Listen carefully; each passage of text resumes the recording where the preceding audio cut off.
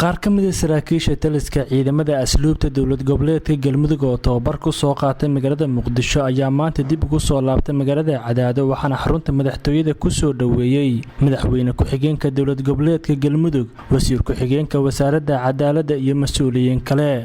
gaashaan la dhexe Cabdirashiid Cabdullaahi Geelle taliye ku-xigeenka ciidamada asluubta Galmudug ayaa taliska sare ee asluubta Soomaaliyeed uga mahadceliyay tababarka ay siiyeen wuxuuna sheegay inay diyaar u yihiin wax ka qabashada shaqooyinka loo igmaday si wanaagsan iyo cilmi fiican iyo daraasaad fiican iyo aqoon ku filan alxamdulillah way ka soo qaadeen way wataan hadda waxayna diyaar u yihiin inay waajibaadka lagu leeyahay oo dowlad goboleedka Galmudug ay ku leedahay sida uu yahay inay uga soo baxaan oo waajibkooda ay ku fushadaan markaan taa ka soo kaco waxaa mahad ballaaran aan u celinaynaa haddaan nahay ciidanka asluubta Soomaaliyeed ee maamul goboleedka Galmudug madaxdii iyo saraakiishii iyo ciidanka asluubta Soomaaliyeed ee dowladda federaalka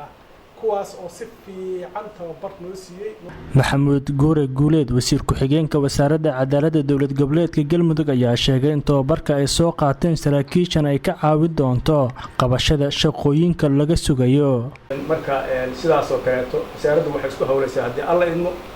inay gacan ku siiso ciidanka asluubta iyo saraakiishooda waxaan u gudbaynaa inaan diyaar garayno haddii sarkaal yimid waa inuu ciidanka xukumi lahaa yimaado waxaa qorshahayaga koowaad uu yahay in la tababaro ciidanka asluubta ee qaybihiisi kaleeto ciidan ahaan iyo qaababkii loo tababari lahaa meelihii lagu tababari lahaa waxaan rajaynaynaa sidii maaragtay madaxweynaha iyo madaxweyne ku-xigeenka iyo maaragtay in iyagoo aasaas u ahaadeen arrintan diyaarinteeda haddana ay aasaas maaragtay talooyinka iyo qaabka iyo intaba aan ka shaqo qaadan doono Maxamed Xaashi Cabdi madaxweyne ku-xigeenka dowlad goboleedka Galmudug ayaa sheegay in tallaabo muhiim ah ay tahay tababarka ay soo qaateen saraakiishan wuxuuna sheegay in bilow ay u tahay dhismaha ciidamada asluubta Galmudug magaca ayaa ka garanaysaa shaqadiina waxay tahay oo asluub ayaa la yiri asluub macnaheedu waa edaab weeye edaabtaasna waxa macnaheedu loola jeedaa in maaragtay dadka aad haysaan ama ilaalinaysaan aad kontrolshaan annaga waxaan idin ballan qaadaynaa wax alaali waxa u baahan tihiin haddii ilaahay yiraahdo inaa heshaan oo dhan walba ah